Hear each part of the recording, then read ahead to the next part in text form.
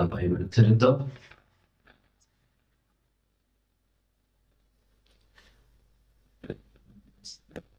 ఆదికాండము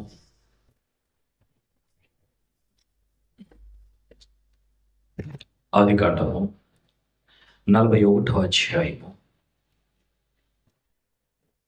ఆదికాండము 41వ అధ్యాయము 51, 52 వచనాలు చదవండమ్మా.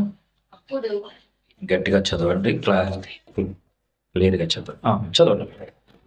అప్పుడు యోసేపు, దేవుడు నా సమస్త బాధను నా తండ్రి ఇంటి వారందరినీ నేను మరచిపోవునట్లు చేసేనని చెప్పి తన జ్యేష్ఠ కుమారునికి మనష్షే అని పేరు పెట్టెను. తరువాత అతడు, నాకు బాధ కలిగిన దేశమందు దేవుడు నన్ను అభివృద్ధి పొందేనని నేను చెప్పి రెండో వానికి ఎఫ్రాయిము అని పేరు పెట్టెను. హల్లెలూయా. శ్రద్ధగా వినండి, చాలా అర్థవంతంగా నేను చెప్తాను. ఈ మాటలు కొద్ది నిమిషాలు మాత్రమే, కొద్ది క్షణాలు మాత్రమే టైం తీసుకుంటాను. అది మీ హృదయంలో ఉండిపోవాలి. హల్లెలూయా. ఇక్కడ యోసేపు గారి కోసం రాయబడింది. యోసేపు కథ మనందరికీ తెలిసిందే, కానీ కొంత పరిచయంగా చెప్తాను యోసేపుని. యోసేపు ఎవరి కుమారుడండి చెప్పండి? ఆనోకు గారి నుంచి వినిపించింది, అది పైకి రావట్లేదు మాట. యాకోబు గారి కుమారుడు యోసేపు. యోసేపుకి ఆయనకి రాహేలు ద్వారా పుట్టినటువంటి బిడ్డ జ్యేష్ఠ కుమారుడు యోసేపు. అతను జ్యేష్ఠ కుమారుడుగా పుట్టాడని, రాహేలుకు పుట్టినటువంటి బిడ్డని యాకోబు చాలా గారాబంగా పెంచాడు. యోసేపుని చాలా గారాబంగా పెంచాడు. అది నచ్చని వారి యొక్క అన్నదమ్ములు అతనిని తీసుకుని గోతులో పడేశారు. గోతులో పడేసి ఊరుకున్నారంటే, గోతులో పడేస్తే మనకేమొస్తుందని అని చెప్పేసి మళ్ళీ గోతులోంచి పైకి తీసి మిద్యానీయులకు అమ్మేశారు. ఎవరికి అమ్మేశారు? మిద్యానీయులకు అమ్మేశారు. మిద్యానీయులు ఏం చేశారంటే ఐగుప్తులోని అక్కడ బేరం పెట్టారు. ఎవరిని? యోసేపుని బేరం పెట్టారు. ఐగుప్తులో నుండి ఒక నిలబెట్టి బేరం పెడితే ఒక అతను కొనుక్కున్నాడు. ఎవరిని? యోసేపును ఒక అతను కొనుక్కున్నాడు. ఎవరు అతను? పోతీఫర్. ఎవరండి? శ్రద్ధగా వినండి. పోతీఫర్ కొనుక్కున్నాడు. పోతీఫర్ ఎప్పుడైతే యోసేపును కొనుక్కున్నాడో, యోసేపు ఎప్పుడైతే పోతీఫర్ ఇంట్లో ఆ అడుగు పెట్టాడో, ఆ ఇల్లు అభివృద్ధి ఆశీర్వాదంతో నిండిపోయింది. ఎవరిల్లు? ఎప్పుడైతే యోసేపు పోతీఫర్ ఇంట్లో అడుగు పెట్టాడో ఆ ఇల్లు చాలా అభివృద్ధి పొందింది, ఆశీర్వదింపబడిపోయింది. ఆశీర్వదింపబడుతున్నటువంటి అలా క్షణాల్లో వెళ్తుంటే సాతానుగోడు అడ్డొచ్చాడు. ఎవరి ద్వారా అడ్డొచ్చాడంటే పోతీఫర్ భార్య ద్వారా యోసేపు మీద కన్ను పడింది. ఎంతో ఆశ చూపించింది. కానీ యోసేపు నీతిమంతుడు గనుక, పాపాన్ని ప్రేరేపించేవాడు కాదు గనుక, ఆ పాపాన్ని విడిచిపెట్టి ఆమె పాపాన్ని త్రోసిపుచ్చినందుకు అతనికి వచ్చినటువంటి బహుమానం ఏంటంటే చెరసాలలో వేయబడ్డాడు. హల్లెలూయా. చెరసాలలో వేయబడ్డటువంటి వ్యక్తి కొన్ని సంవత్సరాలు ఆ చెరసాలలోనే ఉన్నాడు. ఉన్నటువంటి వ్యక్తిని దేవుడు విడిచిపెట్టలేదు. బైబిల్ గ్రంథంలో రాయబడుతున్నటువంటి మాట, నేను యోసేపుకు తోడుగా ఉన్నాను. ఏమన్నాడు? యోసేపుకు తోడుగా ఉన్నాను. మరి యోసేపు తోడుగా ఉన్నటువంటి మాట, గోతులో ఉన్నప్పుడు దేవుడు తోడుగా లేడా? ఉన్నాడు. అక్కడే రక్షించేస్తే యోసేపు ఏం చూడకపోయిను ఆయన రాజ్యము అధికారము పొందలేకపోయిను. గోతులో ఉన్నప్పుడే రక్షించేస్తే దేవుడు. పోతీఫర్ ఇంటికాడ అంత అవమానం జరిగింది కదా, అప్పుడే రక్షించేస్తే ఆ దేశానికి ఆహారాధిపతి అయ్యేవాడు కాదు. తర్వాత చెరసాలలో వేయబడ్డాడు. చెరసాలలో ఉన్నప్పుడు దేవుని యొక్క పని అప్పుడు స్టార్ట్ అయ్యింది. దేవుడు ఎప్పుడైతే దేవుని యొక్క పని స్టార్ట్ చేయాలని అనుకుంటాడో, నీ జీవితంలో ఎప్పుడైతే దేవుని కార్యము చేయాలని మొదలు పెట్టాలనుకుంటాడో, దేవుడి గాని తలుచుకుంటే అది ఎవరు కూడా ఆపలేనిది. హల్లెలూయా. యోసేపు ఎక్కడ ఉన్నాడంటే చెరసాలలో ఉన్నాడు. మరి చెరసాలలో ఉన్న వ్యక్తి బయటికి రావాలంటే ఆ రాజు గారికి ఏం చేశాడు? నిద్ర పట్టకుండా చేశాడు దేవుడు. హల్లెలూయా. రాజుగారికి నిద్ర పట్టకుండా చేశాడు. ఏంటి చేశాడంటే కళ చెప్పాడు. కళ వచ్చింది, కళ రప్పించాడు రాజుకి. కానీ ఆ కళ భావం ఎవరో చెప్పలేకపోతున్నారు. ఎవరున్నారయ్యా అంటే కనుక శరసాలలో యోసేపు ఉన్నాడు. అప్పుడు జ్ఞాపకం వచ్చింది. యోసేపుని తీసుకుని వెళ్ళారు. ఆ కలభావం చెప్పాడు. కలభావం చెప్పిన తర్వాత యోసేపు ఆహార శాఖ మంత్రిగా మారిపోయాడు. ఆ దేశానికి, హల్లెలూయా, ఆ దేశానికి ఆహార మంత్రిగా మారిపోయాడంటే ఆ దేశంలో 7 సంవత్సరాల కరువు రాబోతుంది. ఆ దానిని కూడబెట్టి, ఆహారాన్ని కూడబెట్టి ఆ జనాంగాన్ని అంతటిని కూడా రక్షించడానికి కావలసినటువంటి అధికారం అంతటికి కూడా యోసేపుకు దేవుడు ఇచ్చేసాడు. ఆయన అన్నాను కదా ఇందాక చెప్తేని, ఎవరైనా కడుపు నింపుకోవాలంటే యోసేపు ఏమనాలి? అనాలి. ఆడికి పెట్టు అనాలి యోసేపుని. ఎవరైనా ఒకవేళ ఆకలితో ఉన్నటువంటి వ్యక్తి ఆహారం కావాలని అడగాలంటే యోసేపు అనాలి. యోసేపు కానీ అన్నాడంటే గనక ఆ యొక్క పోస్తులే ఉండాలి. హల్లెలూయా. దేవుడు యోసేపుని ఏ స్థితి నుంచి ఏ స్థితికి తీసుకెళ్ళిపోయాడో చూడండి. హల్లెలూయా. యొక్క దినాన్ని యోసేపు ఆహార శాఖ మంత్రిగా ఇక్కడ అధికారాన్ని సెలాయిస్తున్నాడు. ఆ టైంలోనే మరి రాజుగారు ఆ యోసేపుకి పెళ్లి చేశాడు. ఒక అమ్మాయిని చూసి యోసేపుకి పెళ్లి చేశాడు. పెళ్లి చేసిన తర్వాత యోసేపుకి 2 కుమారులు పుట్టారు. ఎవరు? 2 కుమారులు పుట్టాడు. మొదటి కుమారుడి పేరేంటి చెప్పండి అందరూ కూడా. మొదటి కుమారుడి పేరు, ఈ మాట నేను ఎప్పుడు గుర్తు చేసినా సరే మర్చిపోకూడదు ఈ మాట. మొదటి కుమారుడి పేరు. రెండో కుమారుడి పేరు ఎఫ్రాయిం. చెప్పండి అందరూ కూడా, ఎఫ్రాయిం. మొదటి కుమారుడు, రెండో కుమారుడు, మొదటి కుమారుడు. వెరీ గుడ్, మీకు అందరికి వచ్చింది, తెలిసిపోయింది కదా. యోసేపు కుమారులు 2. ఒకరేమో మనష్షే, రెండోవాడు ఎఫ్రాయిం. మనష్షే అంటే అర్థం ఏంటంటే మరిచిపోవుట. ఏంటి మనష్షే అంటే అర్థం ఏంటి? మరచిపోవుట అర్థం. గుర్తుపెట్టుకోండి. మనష్షే అంటే అర్థం ఏంటి? మరచిపోవుట. ఎఫ్రాయిం అంటే అర్థం ఏంటి? ఫలించుట. ఏంటి? ఫలించుట. ఎఫ్రాయిం అంటే అర్థము ఫలించుట, మనష్షే అంటే అర్థము మరచిపోవుట. యొక్క దినాన్ని నీవు నేను కూడా శ్రద్ధగా వినండి. 2 మాటలు చెప్తాను. నీవు నేను కూడా ఇక్కడ చెప్తున్నటువంటి మాట ఏంటంటే మనష్షేలాగే ఉన్నాం, అంతవరకే ఆగిపోయాం. ఎందుకంటే ఈ వాక్యం నేను ఎందుకు చెప్తున్నానంటే మనష్షే అంటే మరచిపోవుట.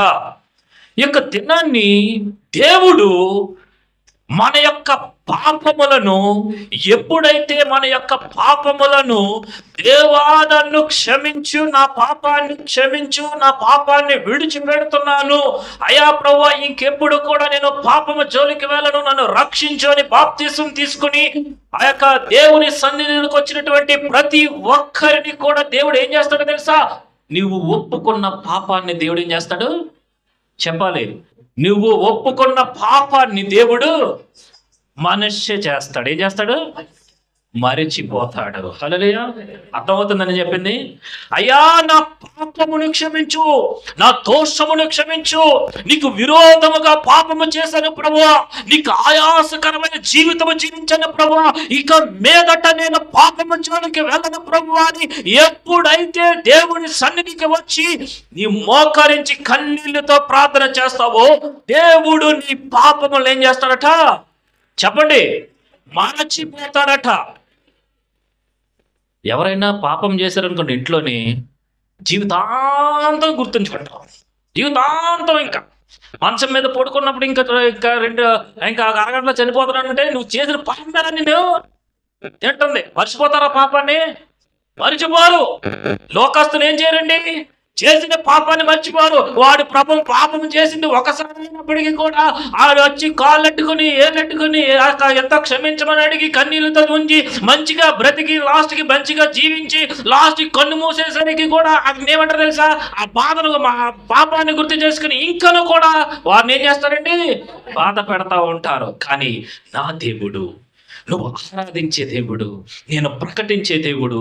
ప్రభువా నన్ను క్షమించు, నా పాపము చేశాను, నేను పాపిని ప్రభువా, నేను చేసిన పాపం ఇది ప్రభువా అని దేవుని దగ్గరకు వచ్చి, ఎవరైతే దేవుని దగ్గరకు వచ్చి తన పాపాన్ని ఒప్పుకుంటాడో ఆ పాపాన్నంట నీ వీపు వెనకాల వేసేస్తాడట. ఏం చేస్తాడు? వీపు వెనకాల. నీ వీపు వెనకాల ఏముందో చూడగలవా? కనిపిస్తుందా? చిన్న మచ్చ ఉందని, పుట్టు మచ్చ ఉంటే కనిపిస్తుందా?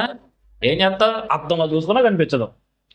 ఎవరొక వెనకాల మిర్రర్ పట్టుకున్నా కనిపించదు కదా. మన పాపాలని దేవుని దగ్గర ఒప్పుకుంటే ఏం చేస్తాం అంటాడు చెప్పండి? వీపు వెనకాల వేసేస్తాడు. ఇంకో మాట కూడా చెప్పనా? నువ్వు దేవుని దగ్గరికి వచ్చి అయ్యా నా పాపములు క్షమించు ప్రభువా అన్నావంటే తూర్పుకి పాడమడికి మధ్య ఎంత దూరం ఉందో అంత దూరాన్ని చేస్తానంటున్నాడు పాపాన్ని. ఎప్పుడైనా అనుకున్నారా? తూర్పు పడమట ఎప్పుడైనా కలవడం చూసారా? కలిసిందా ఎప్పుడన్నానే? ఎవరు కలపడానికి చూసారా మీరు ఎవరన్నానే? ఇక్కడ ఉన్న వాళ్ళు వేదాంతాలు అలాంటి ధనరాజు గారు లాంటి తెలివి గల వాళ్ళు చూసారా? తూర్పు ఎక్కడా, పరమడెక్కడా? నీవు పాపమును ఒప్పుకున్న ఎడల దేవుని దగ్గరకు వచ్చి నీ కన్నీళ్లు విడిచి అయ్యా నా పాపము క్షమించు ప్రభువా అని ఎప్పుడైతే అడుగుతావో ఆ పాపమును దేవుడు ఏం చేస్తాడట? ఆయన నీ వీపు వెనకాల వేసి మర్చిపోవడమే కాదు కానీ తూర్పుకి పరమడికి ఎంత దూరం ఉందో అంత దూరాన్ని పెట్టేస్తానంటున్నాడు నీ పాపాన్ని. హల్లెలూయా. ఆయన నిన్ను గుర్తు చేసుకోవడం నీ పాపాన్ని. ఈ లోకానుసారమైనటువంటి మనిషిని గుర్తు చేసుకుంటానేమో కానీ నీవు హృదయపూర్వకంగా ఒప్పుకున్నటువంటి నీ పాప జీవితాన్ని ఒకవేళ దేవుని దగ్గర ఒప్పుకుంటే ఆయన తూర్పుకి పరమడికి ఎంత దూరం ఉందో అంత దూరాన్ని పెట్టేస్తానంటున్నాడు దేవుడు. హల్లెలూయా. ఇంకా దేవుడు నొక్కి నొక్కి చెప్పినటువంటి మాట ఏంటో తెలుసా? నువ్వు నిజముగా ఒప్పుకున్నటువంటి పాపాన్ని దేవుడు ఏం చేస్తానని తెలుసా? సముద్ర అగాధములో పాతి పెట్టేస్తాడట. ఎక్కడ పెడతాడండి? సముద్ర అగాధములో పాతి పెట్టేస్తాడు. అగాధం ఎప్పుడైనా చూసాం మనం? టైటానిక్ ఎప్పుడైనా చూసారు? షిప్ చూసారా? టైటానిక్ షిప్ చూసారా? సినిమాలో అది కల్పితం అండి అంతా కూడా. అది అగాధంలోకి వెళ్ళిపోయింది. అది ఎవరు కనిపించదు. అది తయారు చేస్తాడు అన్నాడట. ఈ దేవుడు కూడా దీన్ని ఏమీ చేయలేడు అన్నాడట. కానీ దేవుడు ఏం చేశాడు తెలుసా? మంచు కొండను పెట్టి దాన్ని అగాధంలోకి తోసేసాడు. ఇప్పుడుకి కనిపించదు. అది కల్పితం అంతే. అది మనం సినిమా చూసాం కదా అని చెప్పేసి అది కల్పితం అంతా అని. కానీ దేవుడు ఏమంటున్నాడంటే ఈ యొక్క దినాన్ని నీతోటే మాట్లాడుతున్నాడు. దేవుడు స్పష్టముగా సూటిగా నీతోటే మాట్లాడతాడు. ఏంటో తెలుసా? నీ పాపములు, నీవు చేసిన అతిక్రమాలు నా దేవుని దగ్గర ఒప్పుకుంటే గనక, నా దేవుని దగ్గరకు వచ్చి నువ్వు ప్రాధేయపడితే గనక ఈ లోకానుసారమైన మనుషులు గుర్తించుకుంటారేమో, నీ కుటుంబం నీ పాపములు గుర్తించుకుంటారేమో, నీ పిల్లలు నీ పాపాన్ని గుర్తించుకుంటారేమో, నీ భర్త నీ పాపాలు గుర్తించుకుంటారేమో, నీ భార్య నీ పాపాలు గుర్తించుకుంటారేమో, నీ ఇరుగు పొరుగు వారు నువ్వు చేసిన పాపాలు గుర్తించుకుంటారేమో. కానీ నా దేవుడు నీవు వచ్చి ఆయన దగ్గర మోకరించి ప్రభువా నేను చేసిన పాపం మీద నన్ను క్షమించు ప్రభు అని ఎప్పుడైతే నువ్వు ఒప్పుకుంటావో ఆ పాపాన్ని తూర్పుకి పడమకి ఎంత దూరం ఉన్నదో అంత దూరం పార్శ్వమే కాదు కానీ సముద్ర అగాధములో దానిని పాతి పెట్టేస్తానంటున్నాడు. మరలా దాన్ని నేను ఎదుటికి చూడనంటున్నాడు. జ్ఞాపక శక్తే ఉండదు ఆయనకి. మతి మరుపు ఉంది. దేవునికి ఒక మతి మరుపు ఉంది. ఏంటో తెలుసా? మర్చిపోయేది. హల్లెలూయా. మనుషులకు మాత్రం చాలా ఉంటాయి. ఏంటి? జ్ఞాపకాలు ఉంటాయి, ఉంటాయి, మంచి గుర్తుండవు. కానీ నా దేవుడు ఏమన్నాడు చెప్పండి? ఏం చేస్తున్నాడండి? తూర్పుకి పరమడికి ఎంత దూరం ఉందో. ఇక్కడ మనిషి అంటే అర్థం ఏంటో తెలుసా? ఏంటండి? మరిచిపోగూట. ఇప్పుడు నీవు నేను కూడా చాలా శ్రద్ధగా ఉన్న టాపిక్ మీరు వింటేనే నీకు అర్థమవుతుంది. మధ్యలో అస్సలు డిస్టర్బ్ అవ్వద్దు. మీరు ఎప్పుడైతే దేవుని దగ్గరకు వచ్చి పాపాన్ని ఒప్పుకుని ఆయన దగ్గర ఒప్పుకుంటే ఆయన మర్చిపోతాడు, పాపాన్ని మర్చిపోతాడు. ఇప్పుడు మనం ఆ స్టేజ్లో ఉన్నాం. హల్లెలూయా. మనస్సే స్టేజ్లో ఉన్నాం. ఎందుకంటే నువ్వు రక్షించబడ్డావు, బాప్తిసం తీసుకున్నావు, రక్షింపబడి దేవుని సన్నిధిలోనికి వచ్చావు. కొంతసేపు ఆగితే పల్లారథంలో కూడా పాల్గొంటున్నాం. ఇక్కడితో నా జీవితం అయిపోయింది అనుకుంటున్నాం. హల్లెలూయా. ఇక్కడితో నా జీవితం నాకు చాలు అనే యొక్క ముగింపుకు వచ్చేస్తున్నావు. కానీ దేవుడు ఇక్కడితో ఆగొద్దు అంటున్నాడు దేవుడు. హల్లెలూయా. ఎంతమంది అర్థమవుతుంది? నేను మనస్సేతో ఆగొద్దు. నువ్వు మనస్సే అంటే మర్చిపోయేవాడు, నిన్ను మర్చిపోయాడు, నీ దోషాన్ని మర్చిపోయాడు, నీ పాపాన్ని మర్చిపోయాడు, నువ్వు చేసినటువంటి అతిక్రమాలు మర్చిపోయాడు. మర్చిపోయిన తర్వాత నువ్వు దేవుని మందిరంలోకి వచ్చావు, బాప్తిసం తీసుకున్నావు, మళ్ళా ఆత్మను బాగుంటున్నావు. ఇది నీకు సరిపోదని నా దేవుడు అంటున్నాడు. ఎలాగ ఉండాలని కోరుతున్నాడంటే ఎఫ్రాయిముగా మారిపోవాలట. హల్లెలూయా. ఎఫ్రాయిముగా మారేవాళ్ళుగా ఉండాలని దేవుడు కోరుచున్నాడు. అంటే దేవుడు నీలో చూసేటంటే మనస్సుగా ఉండిపోవడం దేవుడికి ఇష్టమో కాదు, నువ్వు ఫలించే వ్యక్తిగా ఉండాలని దేవుడు కోరుతున్నాడు. అంటే ఎఫ్రాయిముగా నువ్వు మారిపోవాలి. హల్లెలూయా. ఎఫ్రాయిం అంటే అర్థం ఏంటి? ఎఫ్రాయిం అంటే అర్థం ఏంటి? మనస్సు అంటే అర్థం ఏంటి? మర్చిపోవట. మర్చిపోయాడు దేవుడి యొక్క దినాన్ని. ఏం మర్చిపోయాడు? నీ పాప జీవితాన్ని మర్చిపోయి పరిశుద్ధ మందిరంలో కూర్చోబెట్టాడు యొక్క దినాన్ని. ఇది నాకు చాలు అనుకున్నవారు అది ఫలించేటువంటి వారిగా ఉండరు. దేవుడు కోరింది ఏంటి తెలుసా? మీరు ఫలించాలి. మీరు ఎఫ్రాయిములాగా మారిపోవాలి. ఎఫ్రాయిములాగా మారిపోవాలి. చూడండి, ఎఫ్రాయిములా మారిపోవాలంటే చూడండి, దేవుడు పాత నిబంధన గ్రంథంలో లేవియా కాండము ఈ యొక్క కాండాలు సంఖ్యాకాండం మీరు చూస్తే కనుక జ్యేష్ఠ కుమారులకి 2 పాళ్ళ అభిషేకం ఆత్మ ఇచ్చాడు. ఎవరికి? ఇంట్లో పెద్ద పిల్లలకి. ఎవరైనా పెద్ద పిల్లడు పుట్టాడంటే అనుకోండి, వారికి ఎంత? 4 పిల్లలు ఉన్నారనుకో, 3 పిల్లలు ఉన్నారనుకోండి, మీకు 4 ఇల్లులు ఉన్నాయి. 2 ఇల్లులు ఎవరికి? పెద్ద కుమారుడికి 2 ఇల్లు, మిగతా 2 వసంత ఎవరికమ్మా? పెద్ద అమ్మాయికి, పెద్ద కుమారుడికి. అంటే కుమారుడు పెద్దడా చిన్నడా? పెద్దడే, అందరికన్నా పెద్దడేనా? ఆడికి 2 ఇల్లు సంపాదించు, మిగతా 2 ఒక్కొక్కటి ఇచ్చేయి. జ్యేష్ఠ కుమారుడికి దేవుడు ఇచ్చాడు 2 పాళ్ళ ఆశీర్వాదం ఇచ్చాడు. హల్లెలూయా. చూడండి, 2 పాళ్ళ అభిషేకం ఇచ్చాడు. యోసేపు గారికి ఏమో మనష్షే అంటే ఎవరో? జ్యేష్ఠుడు. మనష్షే అన్నవాడు జ్యేష్ఠుడు. కానీ ఎఫ్రాయిం అన్నవాడు సెకండ్ అబ్బాయి. అప్పుడు తన దగ్గరికి తీసుకెళ్ళాడు, తన తండ్రి దగ్గరికి, యాకోబు దగ్గరికి తీసుకెళ్ళాడు. యాకోబు ముసలివాడు అయిపోయాడు. మరి యాకోబు చేత వాళ్ళని ఆశీర్వదించాలని చెప్పి తీసుకెళ్తే ఎఫ్రాయిముని తీసుకెళ్ళాడు. ఎఫ్రాయిమును మనష్షేని తీసుకెళ్ళాడు. మనష్షేనేమో యాకోబు గారి కుర్చీ దగ్గర పెట్టాడు. హల్లెలూయా. ఎవరిని పెట్టాడు? మనష్షేనేమో కుర్చీ దగ్గర పెట్టాడు, యాకోబు గారి కుర్చీ దగ్గర. ఎఫ్రాయిమునేమో అంటే యోసేపు గారి ఆలోచన ఏంటి? మనష్షే 2 అంతుల దీవెనలు పొందాలి, ఎందుకంటే జ్యేష్ఠుడు. ఎఫ్రాయిమునేమో ఎడం చేతి దగ్గర పెట్టాడు. మన ఇశ్రాయేలు అంటే ఎవరు? మన యాకోబు గారు అంటే ఇశ్రాయేలు కదా. రాజకుమారుడు అండి ఆయన పేరు. ఎలాంటి వాడు? ఇశ్రాయేల్ అంటే అర్థం ఏంటి? రాజకుమారుడు అని అర్థం. ఆయనకు కొన్ని కన్ను కల్పించక వెళ్ళి ఆయన ముసలివాడై ఉన్నాడు. ఈ పిల్లలిద్దరిని యోసేపు తీసుకెళ్ళాడు. కుడి చేతి దగ్గర ఆశీర్వాదం, ఎందుకంటే కుడి చేతికి ఎక్కువ దేవుడు వెళ్ళి ఎవరికైనా పిల్లి దగ్గరికి వెళ్ళి ఎడం చేతి అక్షంతలు ఎంతారా? మీరు పువ్వులు చల్లుతారా? ఎవడరా మీరు అని అడుగుతారు, అంతేనా? ఏదైనా బాగోపోయినా సరే, చెయ్యి బాగోపోయినా సరే ఏం చేస్తాం? ఈ ఎడం చేతితో లేపి కుడి చేతితో చేస్తాం, అంతేనా? అంటే కుడి చేతికి దేవుడు అంతా ప్రాధాన్యత ఇచ్చాడు. అందుకే మన యోసేపు గారు వెళ్ళి ఆ యొక్క మనష్షేనేమో కుడి చేతి దగ్గర పెట్టాడు, ఎడం చేతి దగ్గర ఎఫ్రాయిముని పెట్టాడు. తండ్రి ఆశీర్వదించి అంటున్నాడు. తండ్రి ఆశీర్వదించి అంటే మరి ప్రార్థన చేస్తాడు, ఆశీర్వదించడానికి చేస్తుంటే యాకోబు ఏం చేశాడు తెలుసా? ఇలా మార్చేశాడు. ఏం చేశాడు? ఇలా మార్చేశాడు. ఎవరి మీద? మనష్షే అంటే ఎవరు? మనష్షే పెద్ద కుమారుడు. ఎవరు? మర్చిపోయాడు. ఎఫ్రాయిం అంటే ఎవరు? ఫలించేవాడు. మరి యాకోబుకి ఏమర్థమైంది? ఫలించేవాడే దేవుడికి ఇష్టమైన వాడు. ఎలాగ ఉన్నవాడు చెయ్య ఎలా మార్చేశాడు. అయ్యా ఇది కాదు ఎలా పెట్టి మరలా పెట్టాడు. కాదు ఇదే. యాకోబేటి చదవన్నమాట ఉంటుంది. ఆదికాండం 48వ అధ్యాయము 9వ వచనం చదవండి, స్పష్టంగా చదవండి. 48వ అధ్యాయము 9వ వచనం. యోసేపు ఏమని చెప్తున్నాడమ్మా? తండ్రి యాకోబు, ఈయన నా కుమారుడు, వీరిని ఈ దేశమందు దేవుడు నాకు అనుగ్రహించాడు తండ్రితో చెప్పాను. అందుకతడు దీవించుటకు రమ్మన్నాడు. ఇజ్రాయేలు అంటే చెప్పాను కదా, యాకోబు వృద్ధాప్యము వలన మందముగా ఉండెను, అతడు చూడలేకపోయాను. యోసేపు వారిని అతని దగ్గరకు తీసుకుని వచ్చినప్పుడు అతడు వారిని ముద్దు పెట్టుకుని కౌగిలించుకొనును. ఇశ్రాయేలు యోసేపుతో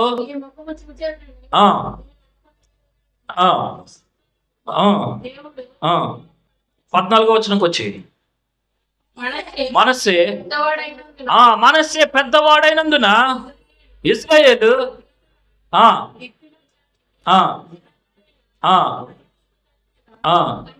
హల్లెలూయా. ఏం పెట్టాడు? కుడి చేయి ఎవరి పైన పెట్టాడు? ఎఫ్రాయిం. ఎఫ్రాయిం అంటే అర్థం ఏంటి?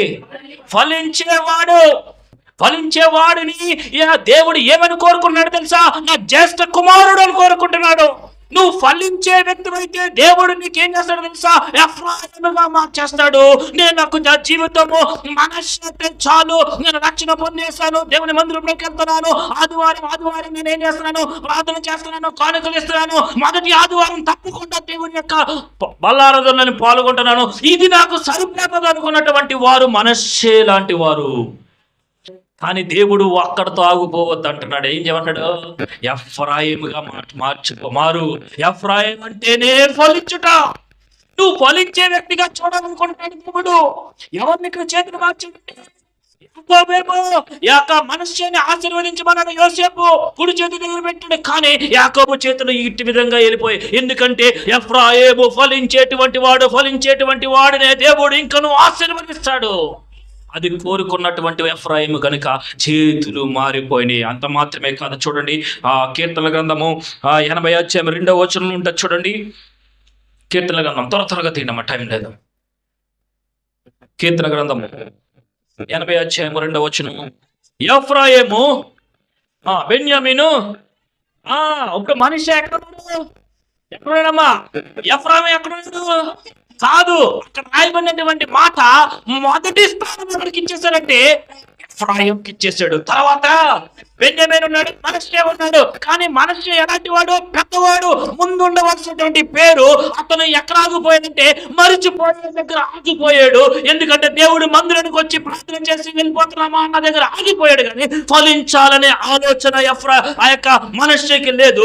ఎఫ్రాయిముకి అయితే ఫలించేటువంటి వాడిగా ఉన్నాడు కనుక అందరినీ ఎఫ్రాయిము పేరునే ముందుగా పెట్టేశాడు. ఇంకో విషయం చెప్పడా?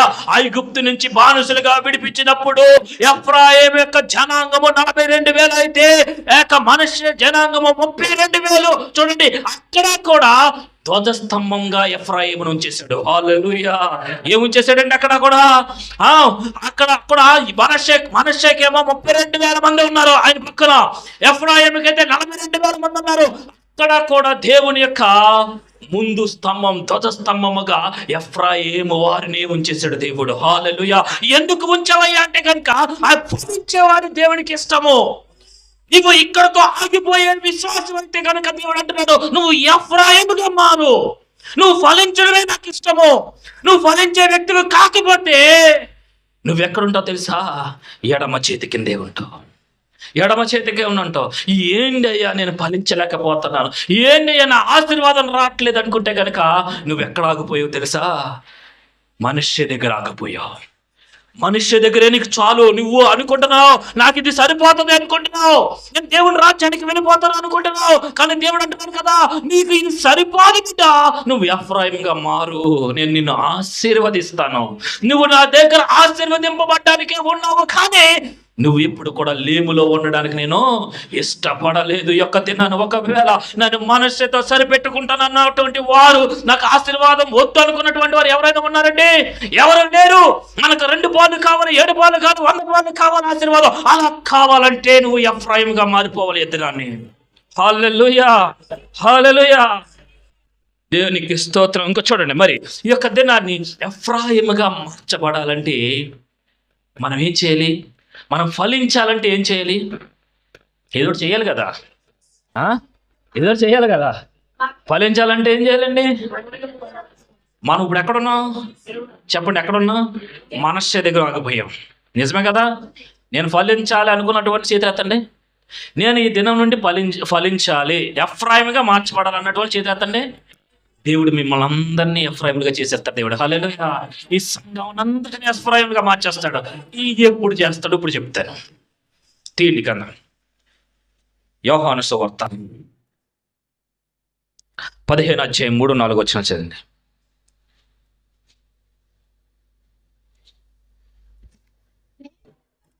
నేను మీతో, చూడండి చాలా జాగ్రత్తగా, నేను మీతో చెప్పిన మాటను బట్టి మీరిప్పుడు పవిత్రులై ఉన్నారు. చూడండి, ఎప్పుడు మీరు ఫలిస్తారు అంటే, ఎప్పుడు మీరు ఎఫ్రాయిముగా మారతారంటే, నా యందు మీరు నిలిచియుండి, నీ యందు నేను నిలిచి ఉంటాను. తీగ ఏదమ్మా ద్రాక్షవల్లిగా నిలిచి ఉంటేనే కానీ నాకు అర్థం కావట్లేదు, ఒకరే చదవండి.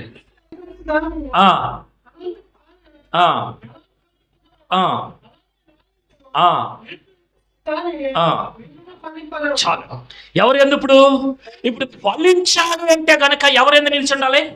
చెప్పండి. ఎవరు ఎందు నిలిచి ఉండాలి? అందరూ చెప్పాలి. ఎవరు ఎందు నిలిచి ఉండాలి? యేసుక్రీస్తు ఎందు నిలిచినటువంటి వాడే. ఆయనకు వేరుగా ఉండి మీరు ఫలించలేరు. ఉండాలి, ఉండాలి. అలాంటప్పుడు మీరు ఏం చేస్తారు తెలుసా? ఎఫ్రాయిముగా మార్చబడిపోతారు. హల్లెలూయా. నా నుండి వేరుగా ఉండి మీరేమీ చేయలేరు. మీరు నా యందు నిలిచి ఉంటే, నేను నీ యందు నిలిచి ఉంటే ఎప్పుడు నిలిచి ఉండగలమో తెలుసా? ఎప్పుడు ఆయన యందు నిలిచి ఉండగలం? ఎప్పుడు మీరు ఆయన యందు నిలిచి ఉండి ఆయన మీ యందు నిలిచి ఉంటారంటే కనుక ఎప్పుడండి? ఎఫ్రాయిముగా మీరు మార్చబడాలి. ఎఫ్రాయిముగా మీరు ఉండాలి. ఎప్పుడో తెలుసా? మీ ప్రార్థనా జీవితము ఏం చేయాలండి? ప్రార్థనా జీవితము కలిసి ఉంటే, నేను మొన్న చెప్పాను వాక్యం, ఏం చేయాలో తెలుసా? సహవాస ప్రార్థన చాలా మంది ఎక్కువగా చేస్తారు. దేవుడు కోరుతున్నాడు తెలుసా? వ్యక్తిగత ప్రార్థన చాలా అవసరం. అందుకే ఒక గదిలోనికి పోయి ఆయనతో నువ్వేం చేయమన్నాడు? రహస్యమందు ఆయనతో నువ్వు మొర పెట్టుకుంటే ఆయనకు ఏం జరుగుతుందో తెలుసా? తెలుసా? ఆయన నీతో ఏం చేస్తాడు? నీవు ఆయనతో, ఆయన నీతో నిలిచి ఉంటారు. ఎప్పుడు తెలుసా? నువ్వు ప్రార్థించినట్లయితే కనుక, రహస్య ప్రార్థన చేస్తే నువ్వు ఆయన నీతో నిలిచి ఉండడమే కాదు, ఏం చేస్తాడు తెలుసా? ఎప్పుడైతే అట్టకట్టబడతామో దేవుడు అప్పుడు నిన్ను ఎఫ్రాయిముగా మార్చేస్తాడు. హల్లెలూయా. కీర్తన 145:18 ఉంటుంది కదా, నిజముగా మొర్ర పెట్టిన వారికి. చదవండి ఒకసారి. 145:18 తనకు మొర్ర పెట్టేవారు. చూడండి, తనకు మొర్ర పెట్టేవారు కాదు, సహవాసముతో అంటే మనం ఒక సహవాసముతో కూడి మొర పెడతాం, వీధుల్లో మొర పెడతాం, లేదంటే ఒక బండి మీద వెళ్ళినప్పుడు మొర పెడతాం, ఇలాగ కాదు. కానీ ఇక్కడ చూడండి ఏమన్నాడంటే, నిజముగా మొర పెట్టే వారికి నేను సమీపముగా ఉన్నాను. హల్లెలూయా, హల్లెలూయా. ఏం చెప్తున్నాడు దేవుడు? ఎలాగమ్మా, ఎలా మొరపెట్టాలి? నిజముగా. అబద్ధంగా మొరపెడతారా? మరి ఎప్పుడైనా అబద్ధంగా మొరపెట్టారా? ఇప్పుడు మొరపెట్టలేదు అబద్ధంగానే, నిజముగానే మొరపెట్టారా మీరు? నిజముగా మొరపెడితే మీరు మనస్సు పోతారు. ఎఫ్రాయింగా మారాలి కదా. ఆయన అంటున్నాడు కదా, నిజముగా మొరపెట్టే వారికి అందరికీ నేను దగ్గరగా కట్టబడతాను. ఇంకా వేరేగా ఉండి ఏమీ చేయలేదు.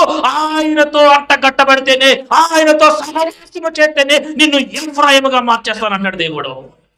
నిన్ను ఫలించేవాడుగా మార్చేస్తానన్నాడు దేవుడు. నీ కుమారుని ఫలింపచేసేటువంటి వాడుగా మార్చేస్తానన్నాడు. నువ్వు ఎప్పుడైతే ఆయన యందు నిలిచి ఉంటావో, ఆయనతో అంటకట్టబడతావో, నిజముగా మొర్ర పెట్టే వారి యందు ఆయన ఎప్పుడు కూడా నీ యందు నిలిచి ఉండడానికి సిద్ధముగా ఉన్న దేవుడు నా దేవుడు. నేను చెప్పిన అందరికి అర్థమవుతుందండి? అర్థం అవ్వకపోతే మరలా ఇంటికి వెళ్ళి వీడియో చూడండి. హల్లెలూయా. ఈ వాక్యం అర్థం కానటువంటి వారు మరలా ఈ వీడియో చూడండి. యోసేపుకి 2 కుమారులు. ఒక కుమారుడి పేరు మనష్షే. మనష్షే అంటే మర్చిపోవట. దేవుడు మర్చిపోయాడు. ఏం మర్చిపోయాడు తెలుసా? నీ పాప భారాన్ని మర్చిపోయాడు. అనుకుంటున్నావు నా పాప భారాన్ని మర్చిపోయాడు కనుక నా జీవితం ఇక్కడతో చాలా అనుకుంటున్నావు. కానీ దేవుడికి అది సరిపోవట్లేదు. నువ్వు ఎఫ్రాయిముగా మారాలి, ఫలించాలని కోరుతున్నాడు. మరి అది ఫలించాలంటే కనుక ఆయన యందు నువ్వు వేరేగా ఉండి ఏమి చేయలేవు కనుక, ఆయనతో సమీపముగా ఉండి నిజముగా ప్రార్థించే వారికి నేను సమీపంగా ఉంటాను, వారిని నేను ఎఫ్రాయిముగా చేస్తానంటున్నాడు. దేవునికి స్తోత్రం. నిజముగా మొర్ర పెట్టే వారందరూ దేవుని స్తోత్రం చెప్తాం. ఈ దినం నుండి నిజంగా మొర్ర పెడతాను ప్రభువా అన్నవారు దేవుని స్తోత్రం చెప్తాం. అయ్యా రహస్యముగా నీతో అంతగట్టబడతానన్నవారు స్తోత్రం చెప్తాం. అయ్యా ఈ యొక్క దినం నుండి ఎఫ్రాయిముగా మార్చబడతానన్నవారు స్తోత్రం చెప్తాం. హల్లెలూయా, హల్లెలూయా. అంతే అంటాడు. ఎగ్జాంపుల్గా చూస్తే గనుక యాకోబు భక్తుడు ఉన్నాడు కదా, ఆ తండ్రి కొన్ని సంవత్సరాలు యాసావుకు భయపడి పారిపోయాడు కదా. పారిపోయి తిరిగి వచ్చినప్పుడు ఒక ప్రదేశం వచ్చినప్పుడు వారి భార్యలు ఉన్నారు, పిల్లలు ఉన్నారు, ఎడ్లు ఉన్నది, పని వాళ్ళు ఉన్నారు, అందరూ ఉన్నారు. కానీ యాకోబు ఏం చేశాడు తెలుసా? ఒంటరిగా ప్రార్థన చేయడానికి ఇష్టపడ్డాడు. హల్లెలూయా. ఒంటరిగా ప్రార్థన చేయడానికి ఇష్టపడ్డాడు. భార్యలు వెళ్ళిపోండి, పిల్లలు వెళ్ళిపోండి, అయ్యా పని వాళ్ళు మీరు వెళ్ళిపోటేశారు, అందరినీ వెళ్ళగొట్టేశాడు. ఇప్పుడు ఏం చేస్తున్నాడు? ఒంటరిగా ప్రార్థన చేస్తున్నాడు. ఒంటరిగా ప్రార్థన చేస్తుంటే, దేవునితో ఆయన అంటకట్టబడి ప్రార్థన చేస్తుంటే, నిజముగా మొర పెడుతుంటే ఎవరు దిగొచ్చారు? దేవుడు దిగొచ్చాడు. ఓ దిగులు వచ్చిన ఊరుకుంటే వదులుతాడా? వదిలేవాడా? నీరు వస్తే వదులుతారా? దీవిస్తావా? దీవించవా? అలాగే పెనుగులాడాడండి. ఒంటరిగా పెనుగులాడు, కాళ్ళు పట్టుకుని పెనుగులాడితే ఓ బాబు నీకు అసలు ఏం కావాలన్నాడు అడిగేశాడు దేవుడు. ఏం కావాలన్నాడు? నన్ను ఆశీర్వదించు అన్నాడు, నన్ను ఎఫ్రాయిముగా మార్చు అన్నాడు. అప్పుడు దేవుడు అన్నాడు, ఒరే ఈ దినం నుంచి నీ పేరు ఇశ్రాయేలు రా. ఇశ్రాయేలు అంటే నాకు చెప్పాను, రాజకుమారుడు. హల్లెలూయా. రాజకుమారుడికి ఉన్నంత పేరు ఇంకెవరికి ఉంటది? ఇశ్రాయేలు అన్న పేరు, యొక్క దినం నుండి నీ పేరు ఇశ్రాయేలు. ఎలా మొరపెట్టాడు యాకోబు? ఒంటరిగా పెనుగులాడాడు, దేవునితో పెనుగులాడాడు. ఒంటరిగా పెనుగులాడి ఈయన నిలుచండి, వదిలిపెట్టకుండా పెద్ద వేసుకొని ప్రార్థన చేసి నువ్వు ఆశీర్వదిస్తావా లేదని ఎప్పుడైతే నిజముగా మొరపెట్టాడో సాక్షాత్తు ఆయనే దిగిపోయాడు. ఈ యొక్క దినాన్ని దేవుడు నీతో మాట్లాడుతున్నాడు. నీవు కూడా నా దేవునితో ఒంటరిగా నేను సహవాసం చేయాలి, నిజముగా మొరపెట్టాలి. ఆ యాకోబుకి ఇచ్చినటువంటి ఆశీర్వాదం ఆ దేవుడికే నేను ఈ రోజును ఆ దేవునికే ప్రార్థన చేస్తున్నాను. ఆయన ఎలాగైతే పెన వేసుకున్నాడో, ఆయన ఎలాగైతే మొరపెట్టాడో, ఆయన ఎలాగైతే పోరాడాడో, పెనుగులాడాడో, నీవు కూడా ఒంటరిగా పెనుగులాడి అయ్యా నిన్ను విడిచిపెట్టను ప్రభువా, నన్ను ఎఫ్రాయిముగా మారుస్తే కానీ నిన్ను విడిచిపెట్టనని ఎప్పుడైతే ఆయనతో అంటకట్టబడి ఉంటావో, నువ్వు వేరుపరచకుండా ఆయనలో నీలో ఆయన కలిసి ఉంటారో, నీవు ఎఫ్రాయిముగా మారిపోతావు. మారడానికి సిద్ధమేనా? మారాలంటే ఏం చేయాలి? ప్రార్థన. ఎలాంటి ప్రార్థన? ఏకాంత ప్రార్థన. ఆయన నీతో మాట్లాడేటువంటి ప్రార్థన. నా కుమారుడు మొర్ర పెడుతున్నాడే, బాధపడుతున్నాడే, ఆ బాధను చూడలేకపోతున్నానే, ఆయనే కనికరమ కలిగి దిగొచ్చేటువంటి ప్రార్థన కోరుతున్నాడు దేవుడి యొక్క దినాన్ని. వస్తే కనుక నిజంగా వదిలిపెట్టకండి. యాకోబుకి ఇచ్చినటువంటి ఆశీర్వాదం దేవుడు నీకెందుకు ఇవ్వడు? యాకోబుకి ఇచ్చినటువంటి ఎఫ్రాయిముగా మార్చినటువంటి దేవుడు నిన్నెందుకు ఎఫ్రాయిముగా మార్చడు? అంటు కట్టలేకపోతున్నాం, దేవునికి వేరైపోతున్నాం, మనము దేవునికి దూరం అయిపోతున్నాం. ప్రార్థన అంటే భయపడిపోతున్నాం. ప్రార్థన చేయరా అంటే పిల్లలకు చెప్పడానికి కూడా మనం భయపడిపోతున్నాం. ఈ జనాన్ని మనం అలా వెళ్ళకూడదండి. నేర్పించండి, ఒంటరి ప్రార్థన నేర్పించండి. ఒక గదిలోకి తోసండి, ప్రార్థించు. ఎఫ్రాయిముగా మార్చు. నీ జీవితం వరకు మనస్సు దగ్గర ఆగిపోతుంది బిడ్డ. నువ్వు ఫలించాలి, దేవుడు అదే కోరుచున్నాడు. నువ్వు ఎదగాలి, ఈ లోకములోనే ఎదగాలి. ఈ లోకములోనే దేవుని బిడ్డవని, ఒక రాజు గారి బిడ్డ ఏ విధంగా ఉంటాడో ఆ విధంగా నేను చూడడానికి ఇష్టపడుతున్నాడు దేవుడు. హల్లెలూయా. దేవుడు ఏం చేస్తున్నాడండి? ఒంటరి ప్రార్థన వింటున్నాడు.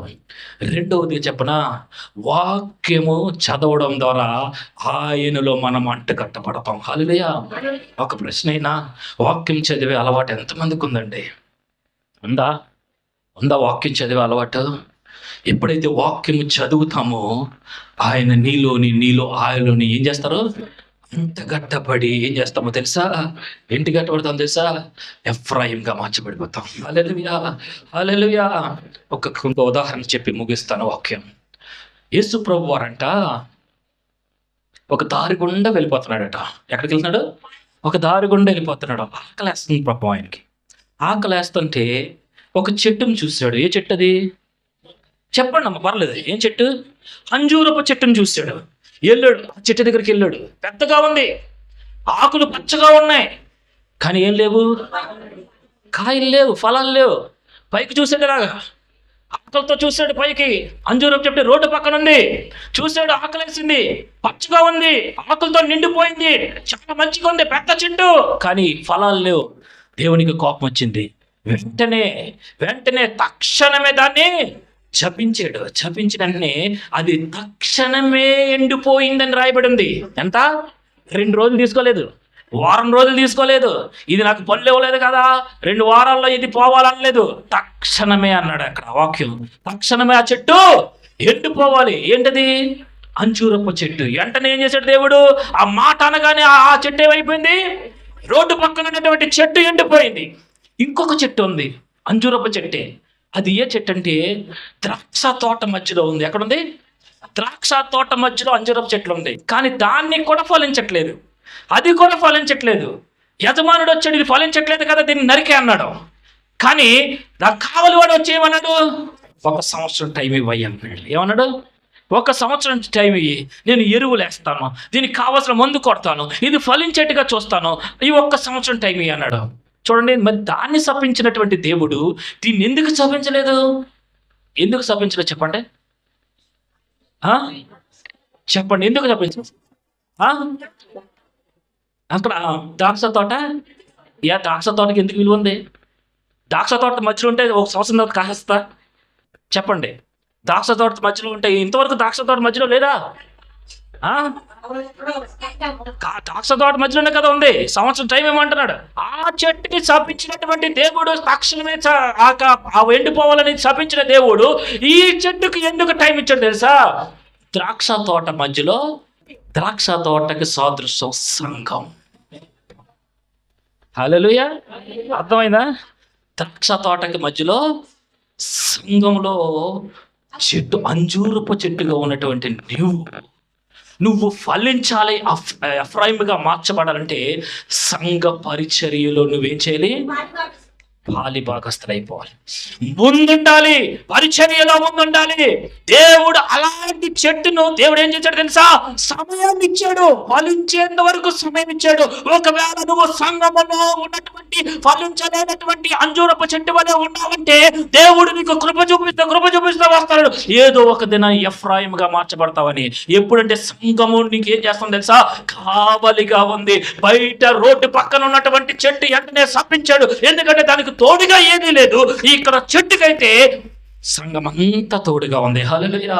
నువ్వు సంఘములో ఎప్పుడైతే పాలిభాగస్తుడు అవుతావో, సంఘ పరిచర్యలో ఎప్పుడైతే పాలిభాగస్తుడు అవుతావో, సంఘములో నువ్వు ఎప్పుడైతే ముందుగా ఉండి నడిపించగలుగుతావో, సేవకులతో ఎప్పుడైతే నువ్వు ముందుండి దేవుని పరిచర్య కోసం నిలబడతావో, నువ్వు ఒక్కటేనో ఎఫ్రాయిముగా ఫలించేస్తావు. హల్లెలూయా, హల్లెలూయా.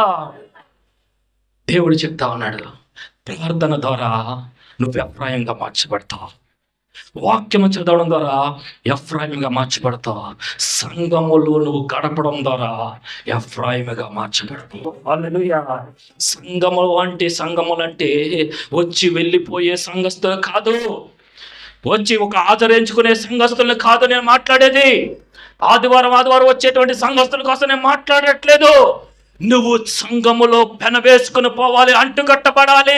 సంఘ పరిచర్యలో, సంఘ విశ్వాసులతో, సంఘము యొక్క అన్ని కోణాల్లో కూడా నువ్వు ఒక ధ్వజస్తంభంగా మారినప్పుడు నువ్వు ఫలించలేని వ్యక్తిగా ఉన్నటువంటి ఈ సంఘములో దేవుడు ఏం చేస్తాడు తెలుసా? ఫలింపు చేస్తాడు. హల్లెలూయా. ఎంతమంది ఎఫ్రాయిములుగా మార్చబడాలనుకుంటున్నారు? నేను ఈ దినం నుంచి ఎఫ్రాయిముగా మార్చబడతాను అయ్యా, నీతో అంటకట్టబడతాను ప్రభువా, నీతో నేను పెనవేసుకుంటాను ప్రభువా. నాయన నాలో నీలో నేను దాగి ఉంటాను ప్రభువా, ఉంటాను ప్రభువా. నీ వాక్యం చదువుతాను, నీ ప్రార్థన చేస్తాను అయ్యా. ఒంటరిగా ఆ యొక్క యాకోబు ఎలాగంటే పెనుగులాడాడు, అట్టి విధమైన పెనుగులాట ఆడతాను అయ్యా. నా బ్రతుకుని యొక్క దిన వరకు చూస్తే కనుక మనస్సే దగ్గర ఆగిపోయింది ప్రభువా. నువ్వు నా మనస్సే దగ్గర ఆగిపోవాలని నువ్వు కోరుకోవట్లేదు. ఎఫ్రాయిము ఎఫ్రాయిముగా చూడాలని చూస్తున్నావు, ఫలించే వ్యక్తిగా నేను చూడాలనుకుంటున్నావు. అలా మారేటువంటి కృపను ఈ దినం నుంచి, ఈ మధ్యాహ్న సమయం నుండి నేను ఎఫ్రాయిముగా మార్చబడతాను. ఎందుకంటే నేను ప్రార్థన జీవితంలో ఇక మీదట నేను గడుపుతాను, వాక్యాన్ని చదువుతాను, సంఘ పరిచర్యలో నేను ముందుగా ఉంటాను. హల్లెలూయా. ఇలాంటి వారిని దేవుడు ఏం చేస్తాడు తెలుసా? ఎఫ్రాయిముగా మార్చేస్తాడు, ఫలించేటువంటి వాడిగా మార్చేస్తాడు. యోసేపుకి ఇంకొక పేరేంటి? Very good. ఏంటి? ఫలించేటి కొమ్మ. ఎలా ఫలించాడు? వెంటనే కొమ్మ వచ్చేసి, మా చెట్టు మొలిసిపోయి కొమ్మ వచ్చేసి ఫలించేసాడా? ఎన్ని కష్టాలు పడ్డాడో. ఇప్పుడు ఎక్కడున్నాడేమో?